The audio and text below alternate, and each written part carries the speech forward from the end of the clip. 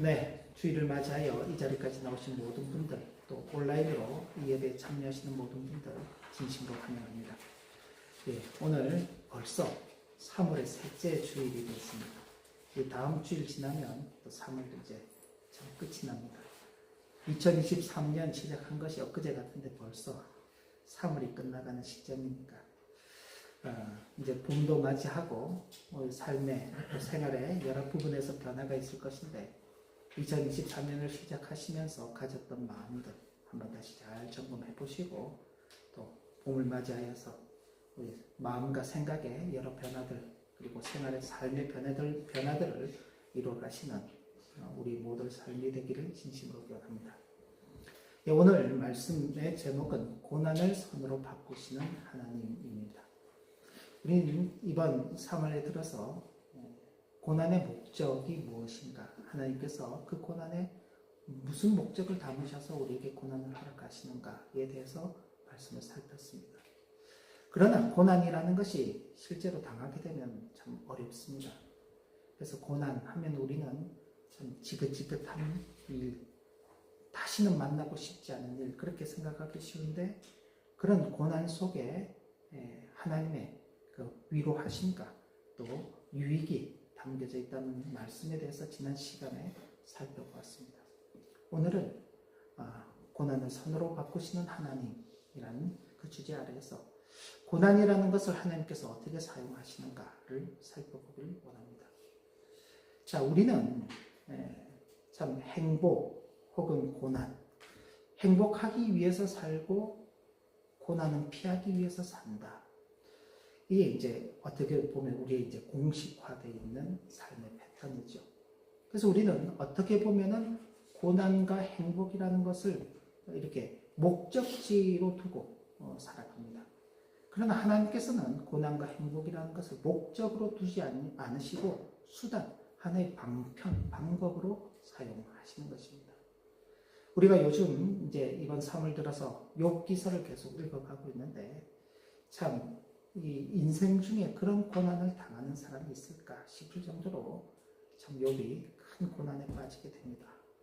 하루 동안에 자신의 모든 소유가 그리고 자신의 종들이 그리고 자신의 10명의 자녀들을 잃어버리는 참 그런 안타까운 사건들을 맞이하게 되고 결국 자신의 육체마저도 큰 질병에 걸려서 참 어려움 중에 있는데 같이 있었던 그 아내마저도 자신을 비난하고 하나님을 저주하며 죽을 것을 권고하고 친분이 아주 두터웠던 친구들이 욥의 그 고난받고 있다는 이야기를 듣고 와서는 말문이 막혀서 일주일 동안 욥 옆에서 그저 통곡할 수밖에 없나. 그러나 이내 그들 역시도 욥을 비난하며 저주하며 욥을 책망하는 그 일련의 과정들을 보면은 참 쉽지 않다 하는 그 생각을 하게 됩니다.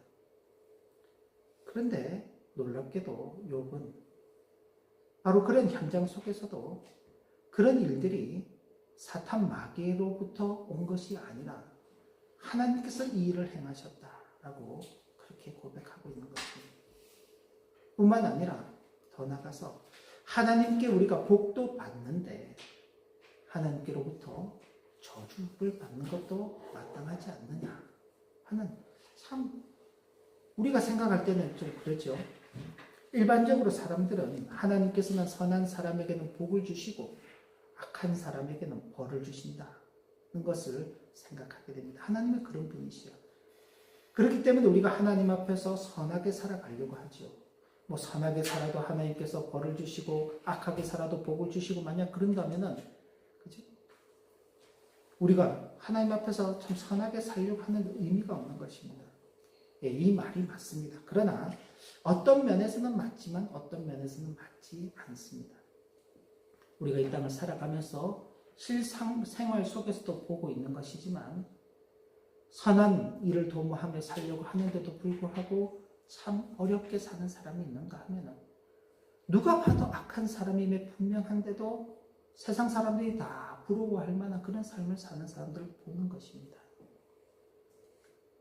그럼 도대체 왜 하나님께서는 우리가 알고 있는 것처럼 선을 행하는 자에게는 복을 주시고 악을 행하는 자에게는 벌을 내리시는 분이어야 하는데 왜 그러시는가?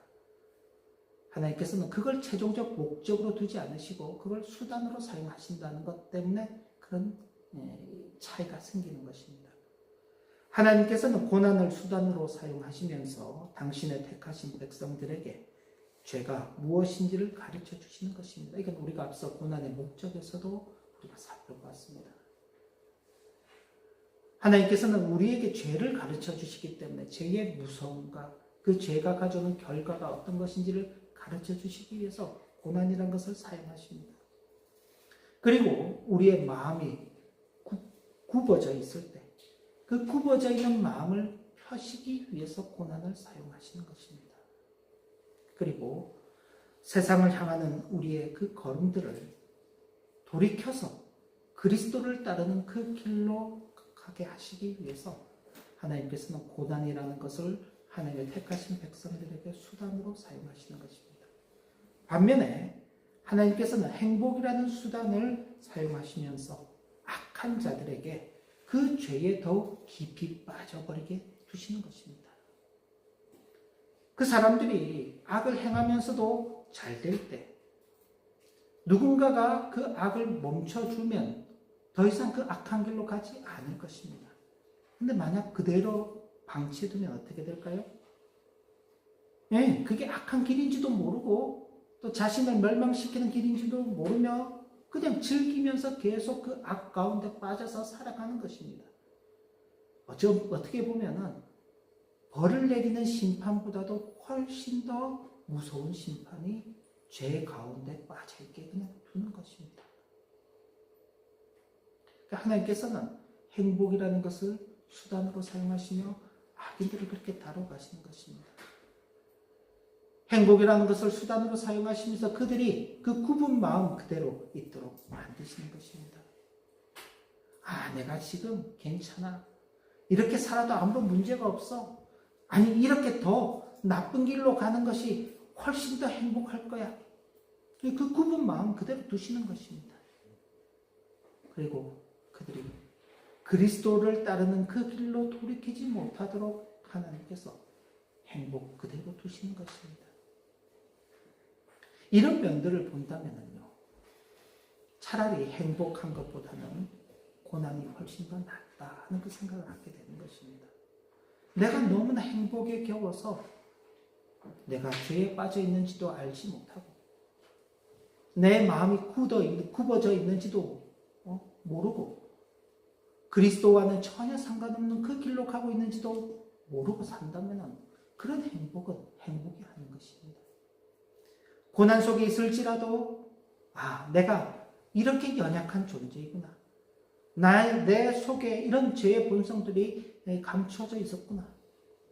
그런 우리의 부끄러운 모습들을 발견하게 되고 우리의 삐뚤어진 마음, 잘못된 마음들을 고칠 수 있도록 하나님께서 역사해 주시고 그러면서 그리스도를 따르는 그 길 가운데 우리를 세우신다면 고난도 나쁘다고 말할 수는 없는 것입니다. 바로 여기 하나님께서 성도가 당하는 고난을 선으로 바꾸시는 역사를 이루어 가시는 것입니다. 그 대표적으로 볼 수 있는 말씀이 오늘 우리가 읽은 본문에 나오는 요셉에 대한 이야기입니다. 창세기에 요셉은 아주 길게 나와서 한 부분을 보기는 어렵고요. 창세기 거의 40장부터 시작해서 요셉의 이야기가 나오는데 요셉, 아버지 야곱의 큰 사랑을 받았죠. 대신에 형들의 미움을 받았습니다.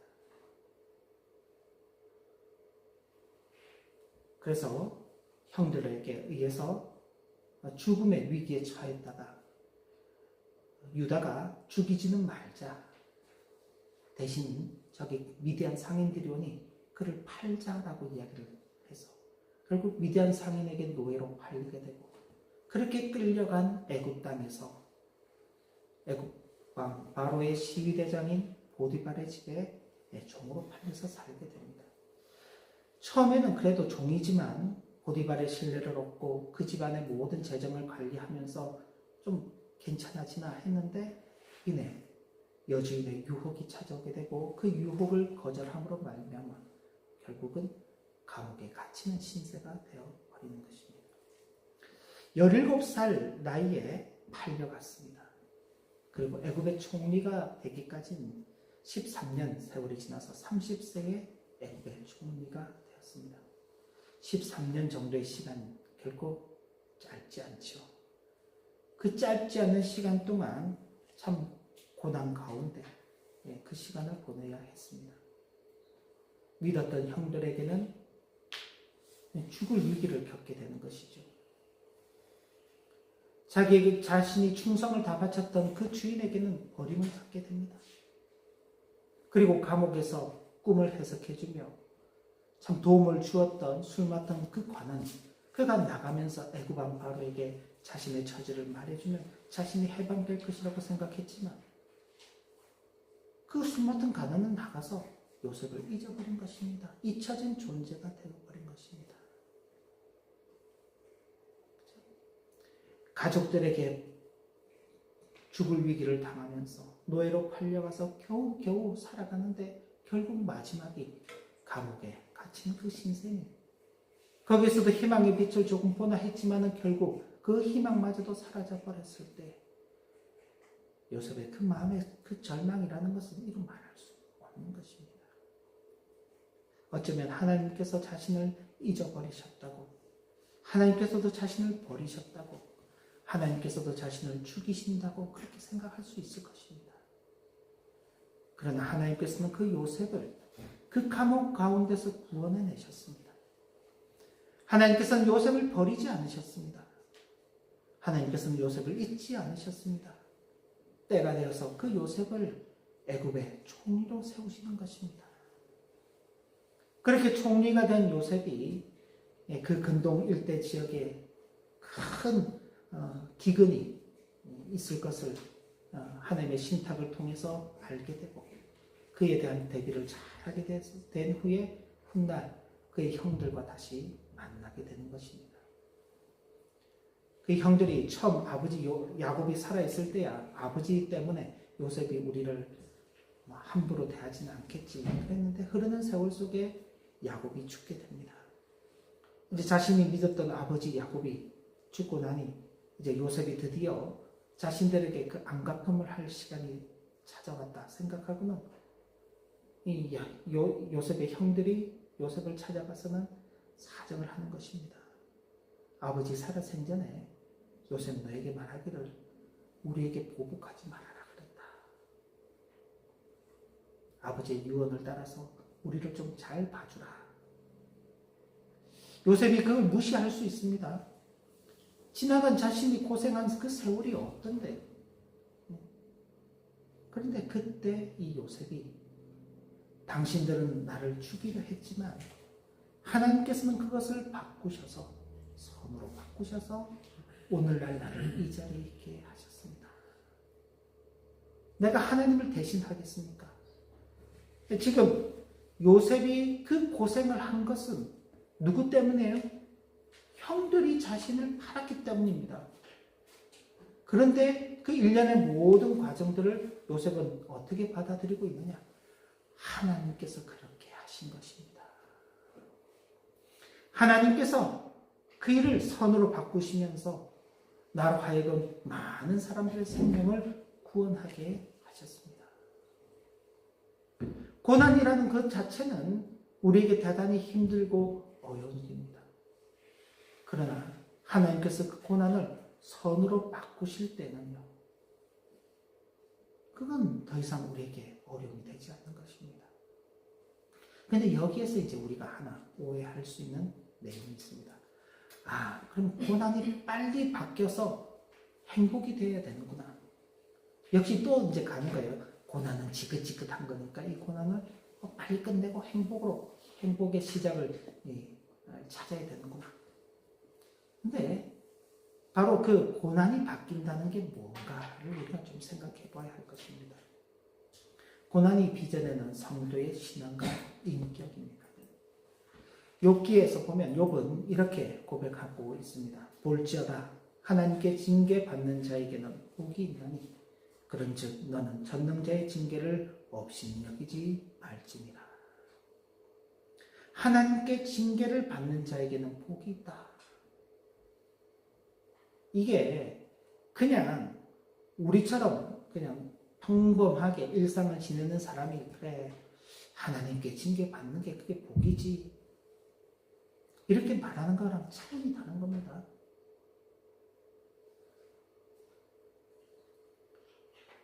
지금 자신의 소유도, 자신의 종들도, 자신의 자녀들도, 자신의 아내도, 자신의 친구들도 다 잃어버리고 떠나버리고 온갖 비난과 저주를 한 몸에 받고 있는 그 사람이 욥입니다. 그게 어디 복되다고 말할 수 있나요? 인생을 어떻게 살았길래 저러냐? 도대체 무슨 숨겨진 죄가 있기 때문에 저러냐? 누구라도 그렇게 생각할 것입니다. 그런데 욥은 바로 그런 자리에서 하나님께 징계받는 자가 복이 있다고 말하는 것입니다. 욥의 모습을 본다면 참 어떻게 저런 고백을 할 수 있을까? 참 그런 의문이 드는 것입니다. 일반적으로 우리는 하나님께 기도할 때 행복을 주십사 하고 기도하지 고난을 내려주세요 그러고 기도하지 않죠. 그죠? 그렇지 않나요? 오늘부터 우리 전부 다 이제 기도를 바꿔서 이제 다 고난을 주십시오 그렇게 기도할까요? 왠지 그러고 싶지는 않죠. 예. 그러고 싶지 않습니다.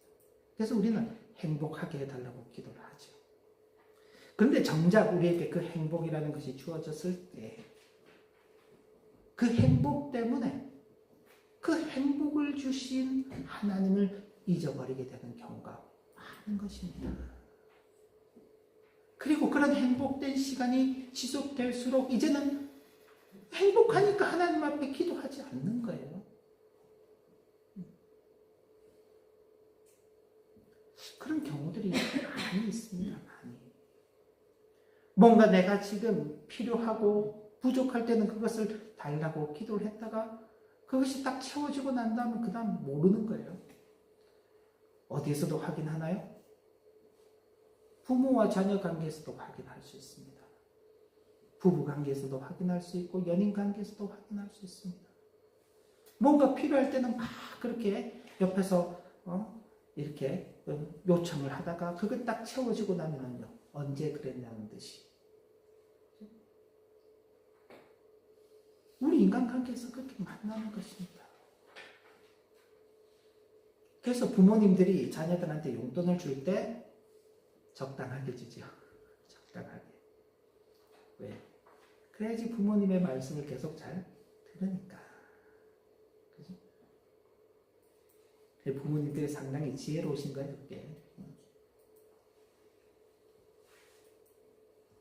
하나님 앞에서 우리가 지나치게 행복을 구하면 그것이 우리의 발목을 잡고 오히려 하나님을 잊어버리고 더 이상 하나님을 찾지 않게 되는 것입니다. 그러나 반대로 우리가 그토록 기대하지 않았던 고난이 주어졌을 때 우리는 그 어느 때보다도 더 열심히 하나님을 찾게 되죠. 여러분이 당장 어려운 일을 만나보세요. 하나님께 기도하잖아요. 근데 평상시에 아무 일도 없이 잘 지내면요. 기도 안 하잖아요. 고난을 주시는 하나님의 뜻을 우리가 알지 못하기 때문에 고난 중에 있을 때 하나님을 원망하기도 하고 또 왜 하나님 나에게 이런 고난을 주시나요? 라고 그렇게 참 따져 묻기도 합니다. 근데 이 모든 것들이 다 하나님의 택하신 백성들이 하나님을 찾는 과정입니다. 하나님께서 야 내가 주는 고난이니 너는 잔말하지 말고 그냥 받으면 돼. 그렇게 말씀하지 않으세요. 그 욥과 친구들의 그 지리한 공방 사실 그 성경을 읽으면 그 내용들이 지루해요. 지루하다고. 욥기는 그래서 1장, 2장 보고 마지막 40장 보면 끝이 나요. 마지막 부분에 가면 끝이에요. 욥이 이렇게 하나님 그 사탄의 유혹 시험으로 인해서 모든 재산을 잃었다가 그가 믿음을 지켜서 나중에 7배나 더 받았다. 그러면 이제 끝이에요. 그래서 우리도 욥처럼 고난 중에서도 믿음을 지킵시다. 그럼 나중에 7배를 더해 주십니다. 욥기가 그렇게 위해서 쓰여진 게 아닙니다. 인생의 그 당면한 어려움 앞에서 가지는 그 무한한 질문들, 내가 정말 죄를 지어서 그런가? 내 죄가 무엇인가? 내가 죄를 지었다면 왜 하나님께서 나에게는 고난을 주시는가?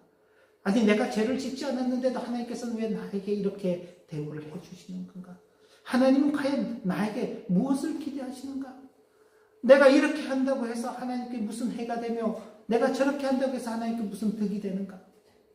욥이 그런 고백을 하는 것입니다. 인간이 하나님 앞에 어떤 영향을 끼칠 수 있는 것이 없는데 왜 하나님은 그 인생을 그렇게 가만히 두지 않으시고 이렇게도 하셨다 저렇게도 하시는가?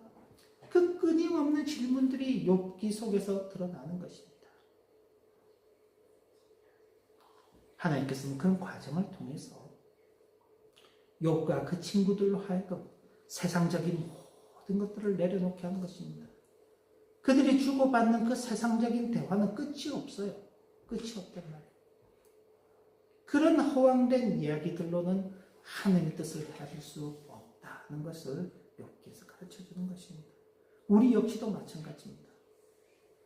그런 고난의 과정과 그 고난을 지나가는 그 연단의 과정들을 통해서 우리의 세상적 욕심을 내려놓게 되고 하나님의 뜻을 구하게 되며 우리를 위해서 고난을 당하신 그 주님의 고난의 그 실제성을 깨닫게 되는 것입니다.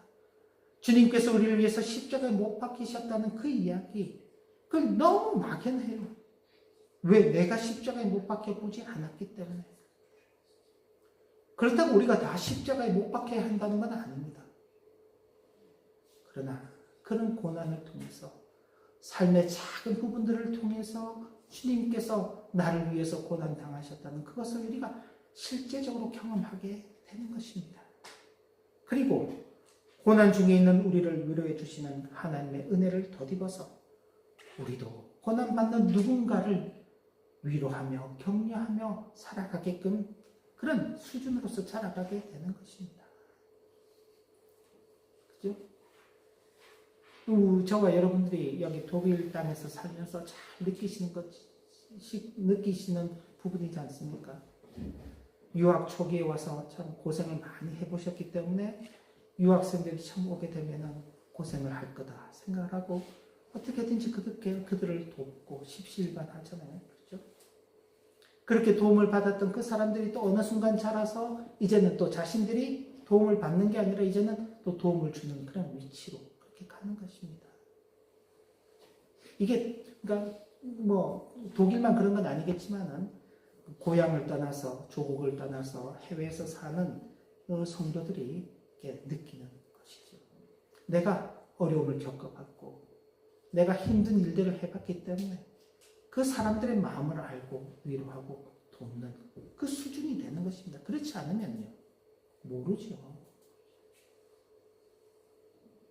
그런 면에서 볼 때 하나님께서 우리의 고난을 선으로 바꾸신다는 것은 고생 끝 행복 시작이 아니라 고난까지라도 기꺼이 감내할 수 있는 그런 신앙과 그런 인격의 수준으로 우리를 변화시켜 가는 것입니다. 우리가 그렇게 살아가는 것 아닙니까? 그렇게 남자와 여자가 만나서 가정을 이루고 자녀를 낳고 그 속에서 함께 고생하면서 가정을 이루어가는 것이고 삶을 이루어가는 것입니다.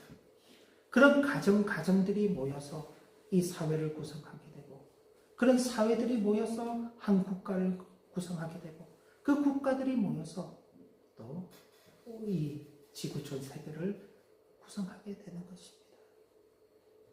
서로가 서로의 마음을 이해할 수 있는 그런 수준과 그런 인격이 있어야지만 그것이 참으로 하나님께서 우리의 그 고난을 선으로 바꾸신 역사 속에 서 있게 되는 것입니다. 눈앞에 펼쳐지는 고난만 본다면 지긋지긋하지요. 싫지요. 다시는 그런 고생하고 싶지 않지요. 그러나 그 고난을 선으로 바꾸시는 하나님이 함께 하신다. 이 고난을 통해서 하나님께서는 나에게 무엇을 바꾸시기를 기대하시는가? 그것을 생각하고 그런 고난 중에서도 하나님은 나를 잊지 않으시고 구원하시고 나를 도우신다는 그 사실을 분명히 확인하면서 간다면 우리의 그 걸음걸음들이 그렇게 힘들지는 않을 것입니다.